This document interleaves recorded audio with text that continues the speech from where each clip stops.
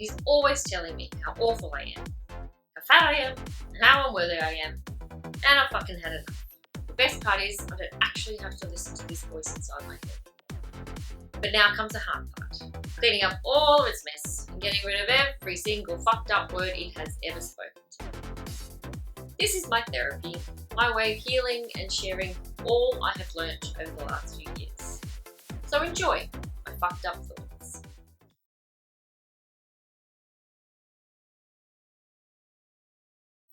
Relationships are hard. I am no good at them. Well, that's what I tell myself when I find myself caught up in another messy interaction.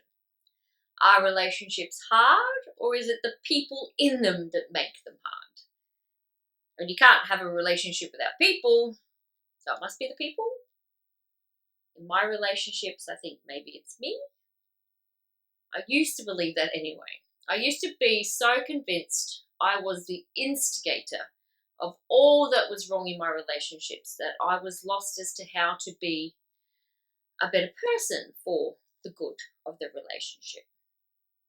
When I say relationship, I'm not just talking about the coming together of two people who decide to create a life together in a spousal environment. It is that, plus any other type of relationship we have with another person. Friendship, family, work colleagues, acquaintances, all of those fun and frustrating interactions. From the moment we are conceived, we begin a relationship with the one whose tummy we resided in, our mother. She feeds us by the umbilical cord. We hear her voice and the voices of other members of the family as well as friends and anyone else she speaks to throughout the day. Then we're born and the relationship really begins in one way or another. As a newborn, relying on the people who brought you into the world, there are needs that have to be met. It is their responsibility to feed you, bathe you, dress you, take care of you, interact with you, attend to your cries, and hopefully, love you with all of their heart. Love sometimes isn't enough. Love may be there, but it can be forgotten when the raising of a child becomes tough. When all that life entails becomes overwhelming. When the past still haunts every word, every thought, every action, and every feeling. The relationship changes.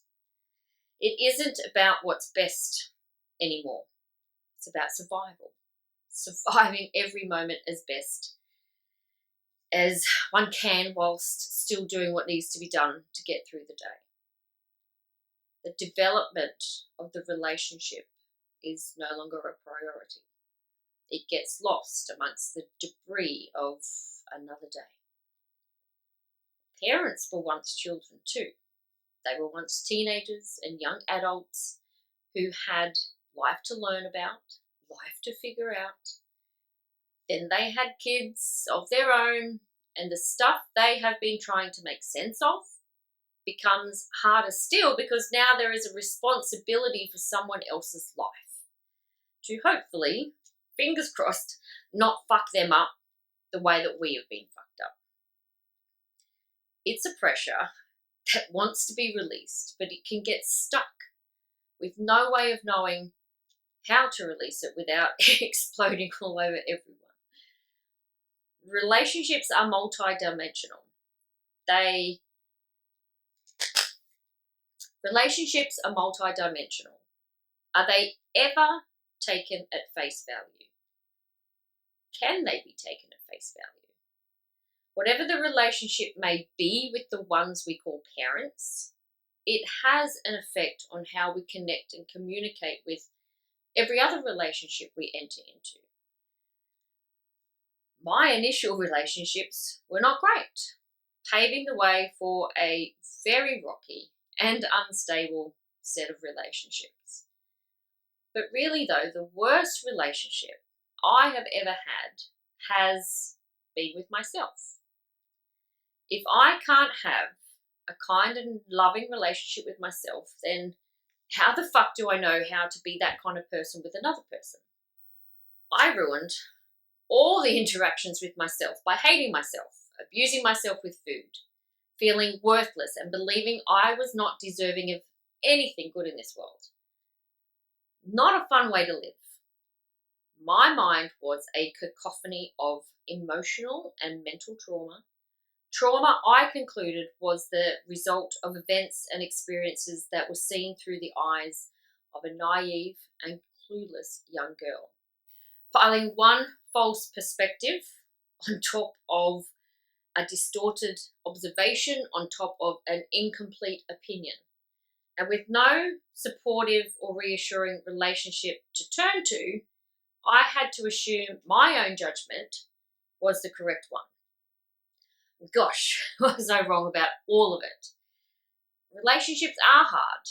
There is no doubt about that, especially when you have now 2 or 3 or 4 people conversing with one another and bringing all of their stuff into the conversation. Is there ever a conversation where there is no stuff? There is one main element to the juxtaposition of the relationship between 2 people, and that is why they are conversing in the first place. What has brought them together to speak the words they want to speak? Underneath that why holds the next 2 very important parts of this intended communication: listening and dialogue. Is one more important than the other? In my opinion, I believe listening is more important than the dialogue, mainly because by listening to the words being spoken, there is less interference with the approaching words. Each word is uttered from a place only the teller can truly understand. And when those words reach the ears of the listener then interprets those words from the world they have created inside of them, their past experiences, thoughts, feelings, and understandings of the life before them. It's complicated. Relationships are hard. They're hard because the interaction has too much baggage attached to it. The baggage that I held on to was akin to that of moving day. Boxes and bags strewn about everywhere. With each socialization, I rifled through those boxes and bags to find out how best to deal with what was going on in front of me. What reference could I find to make this connection one I wanted to ignite or sometimes diffuse? I was well aware that none of my baggage held any suitable reference for me to utilize when I so desperately needed it. I only had other impossible and difficult dealings from which I could guide myself through.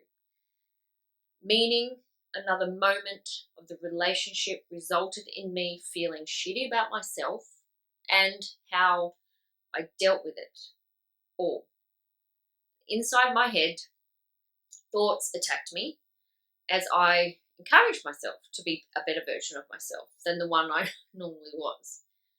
And the same old feelings, they would well up inside of me and I would feel overwhelmed with not fucking it up. Sometimes I can overcome it. Sometimes it overcomes me.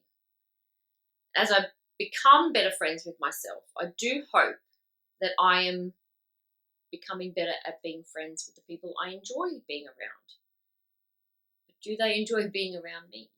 Do they even really like me? Are they just humouring me and don't actually care about what I'm saying? Gosh, I really do sound like a boring person. Like, who wants to listen to that? I should just stop talking. Are they thinking about how fat I am? Are they secretly wishing I would just go away? Why am I not as smart as they are? Why am I so hideous? What is wrong with me? Are they looking at my huge, disgusting thighs? This is why I suck at relationships. Nobody wants to be around me anyway. The thoughts, they're fucking exhausting. The feelings accompanying them are unbearable. Most of my life, I have believed the state of my relationships to be all my fault. I have put the weight of responsibility square onto my shoulders, dragging me into one exchange after another. Many of my relationships have ended. Friends ideally adored have been lost to me forever. I have ruined more than one with my self-loathing and self-deprecating behaviour. Yet, there is a responsibility on their end too. Looking back, I can see where I've gone wrong, and I can also see where they were ineffective at their side of the relationship. It really is a two-way street. I struggle to this day with how to be in a relaxed and easy relationship. I make it too hard. I'm instantly worried about how I am and how I am coming across. Am I being attentive enough? Am I being kind enough? Am I being generous enough? Am I being a good listener? Am I being selfless enough? Am I caring enough? So even though I am well aware of who I am in my relationships now, I have the ultimate task of letting all of the bullshit go and just being comfortable and natural with myself. That intuitive part of me is better at being me than I am. I allow too much stuff to get in the way, which is why my relationships are hard. Putting pressure on myself to perform is not going to help. I don't have to be anyone but me. Same goes for the other person. I cannot, with my mind's judgmental power, create an interaction that is only to my liking. I cannot expect the other person to work for me so that it makes me feel better. That is my job. Understanding and knowing that their inner world can be just as fucked up as my inner world helps me to see our interaction as one of fun and joy. And those interactions where there may be a little heat rising, I can choose to remain as myself and not let the heat ignite my anger. It is sad to say that some relationships are meant to end. Some are meant to only be for a short while. I cannot control the narrative on all of my relationships. That is too much of a burden to carry. And when relationships end or are put on pause, I can only go within and figure out how best to keep going. What can I learn about myself from this particular relationship? How can I do better? How can I remain on the path to accepting and loving myself as I am so that I don't fall down and become trapped by the other person's reasons and rationales? We may not agree, but I can respect their point of view. As long as I am genuinely staying true to who I am underneath all of the bullshit, then I know I can continue to manage my remaining relationships with all the love and kindness I have been building inside of me. And of course, whenever those sneaky, mean, and horrible thoughts come creeping back into my mind, I lovingly tell them to shut the fuck up.